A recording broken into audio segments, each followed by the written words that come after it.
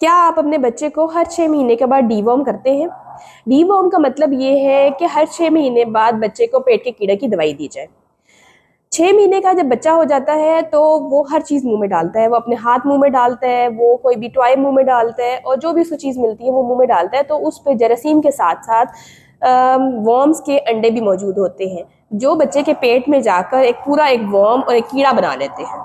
उन कीड़ों की अलामात मुख्तलिफ तरीके से प्रेजेंट हो सकती हैं, जैसे कि कुछ बच्चों को पेट में दर्द होता है, कुछ बच्चों को रात को चमूने लड़ते हैं, कुछ बच्चों को यूटीआई का प्रॉब्लम यानी पेशाब के इन्फेक्शन बार बार हो रहा होता है, कुछ बच्चों को मैदे की तकलीफ हो रही होती है। कभी कभी ये कीड़े ऊपर क्रॉल करके आपकी खुराक की नाली से जब ऊपर क्रॉल करते हैं तो सांस की नाली से आकर नाक से निकलते हैं, और कभी कभी ये पखाने में जाहिर हो रहे होते हैं। और कभी जब ये कीड़े बहुत ज़्यादा मिकदार में बढ़ जाए तो ये गोला बना लेते हैं और वो जो आंते हैं उनकी ऑब्स्ट्रक्शन कर देते हैं, यानी उनकी रुकावट कर देते हैं, जिसकी वजह से सर्जरी भी करनी पड़ सकती है।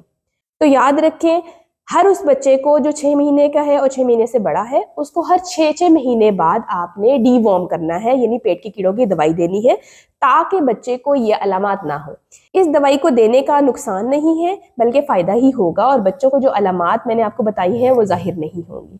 आप दो तरह से दवाइयाँ दे सकते हैं। एक वर्मॉक्स के नाम से दवाई आती है जिसमें मेबेंडाजोल होता है, वो अपने 1 चम्मच सुबह और 1 चम्मच शाम 3 दिन के लिए देना होता है।